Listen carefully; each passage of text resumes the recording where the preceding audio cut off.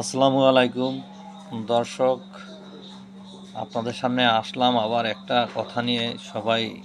যেহেতু সবাই বিষয়টা জানেন, আমাদের প্রাণপ্রিয় হাদি ভাই, উনি আমাদের বরিশালী সন্তান, জালকাঠি জেলা নলছিটির ছেলে। আরেকটা নক্ষত্র আমাদের বরিশাল থেকে ঝরে গেল। এরকম নক্ষত্র কোনো শহরে বা কোনো বিভাগে সহজে জন্মায় না, একদিনে জন্মায় না। সে কাঠখড় পুড়িয়ে তারপর জন্মাতে হয়। যার গেছে সেই জানে হৃদয়ে কতটা ব্যথা। আজ তার বাবা মা, আজ তার ভাই বোন দিশেহারা। তার একটা ছোট বাচ্চা আছে, তার কি ভবিষ্যৎ? আমি সবার উদ্দেশ্যে বলতে চাই, এরকম হাদি প্রত্যেক ঘরেই জন্ম নেওয়া উচিত, থাকা উচিত। এদের পক্ষে সবাই কথা বলা উচিত।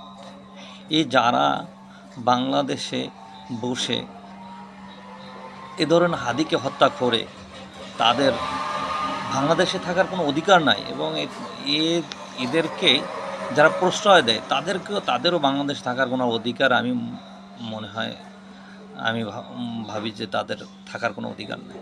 বাংলাদেশ একটা স্বাধীন জাতি, নিরীহ জাতি।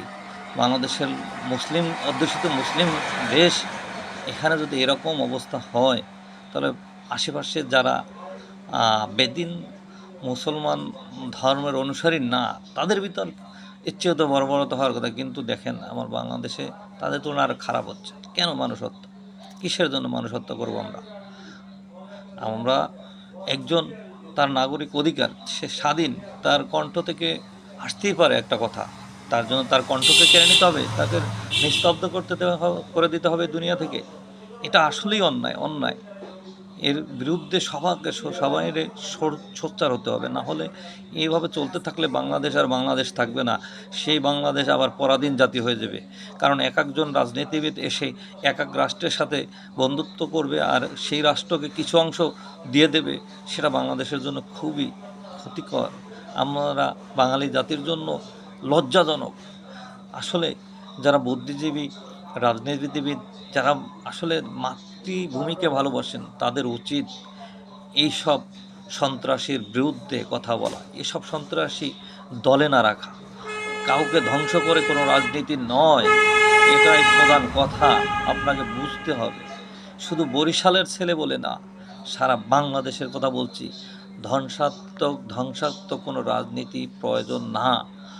রাজনীতি মানুষের জন্য, মানুষ বেঁচে থাকার জন্য, ধ্বংসের জন্য না। তাহলে বর্বর জাহেলিয়া যুগে যাওয়া উচিত। আমরা কি বর্বর জাহেলা যুগ তো সেই 1400 বছর আগে আমার নবীজি ধ্বংস করেছে। আবারও সেই বর্বর জাহেলিয়া যুগে কেন আপনারা বারবার ফিরে আসছেন? আমি এটা বুঝতে পারতেছি না। এটা আসলেই ঠিক না। রাজনীতিবিদদের দৃষ্টি আকর্ষণ করছি ভাই, কেউ খারাপ মনে নেবেন না। আসলে আমার মনটাকে আমি আর আটকাতে পারলাম না, এই ধরনের কথা না বলে আর পারলাম না। যে দল করেন, দেখেন আজকে একটা মায়ের বুক খালি। সে শিক্ষিত ছেলে, সে গেছে দেশের জনগণের সাথে কিছু কথা বলার জন্য, সেখানে তাকে আজ মৃত্যুর মুখে ঠেলে দেওয়া, সে তাকে মেরে ফেলা হলো। এভাবে হলে তো আর বাংলাদেশের সেই স্বাধীনতার দেশ আর থাকলো না। কিসের স্বাধীন হলো দেশ? কিসের আবার বিপ্লব হলো? কোনো বিপ্লব হয়নি, কোনো স্বাধীন হয়নি। এগুলো সব মিথ্যা, মানুষকে লোক দেখানো কথা। এগুলো থেকে সবাই বিরত থাকেন। কোনো ধ্বংসাত্মক রাজনীতি আপনারা করবেন না।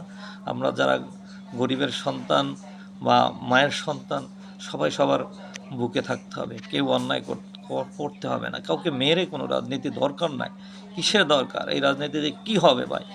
আজ মরবেন, কালকে সেই কবরে 3 হাত 3.5 হাত মাটির নিচে আপনাকে থাকতে হবে। সেখানে আপনার সাথে কেউ থাকবে না। টাকা পয়সা, মা বাবা, ক্ষমতা, কোনো কিছুই আপনাকে ওখানে সাপোর্ট দিতে পারবে না। সবাই আমরা আল্লাহর পথে আসি, আল্লাহকে মানি, আল্লাহর নবীজির দেখানো পথে চলি। কাউকে মেরে নয়, তাকে বুঝ ব্যবস্থা এগুলো দান করতে হবে বা বুঝাতে হবে। সে যদি অন্যায় করে তাকে বুঝাতে হবে, এভাবে বলো না এটা আসলে অন্যায় হচ্ছে। দেশের বিরুদ্ধে সে সুকথা না বলে, তাহলে তাকে বুঝাতে হবে, তাকে জ্ঞান দান করতে হবে। এটা না করে আপনারা তাদেরকে মেরে ফেলছেন একের পর এক। এই মারার কোনো অর্থ আমার মনে হয় নেই। নবীজি হয়তো বা তাদেরকে শাফায়াত করবে না। আল্লাহ হাফেজ।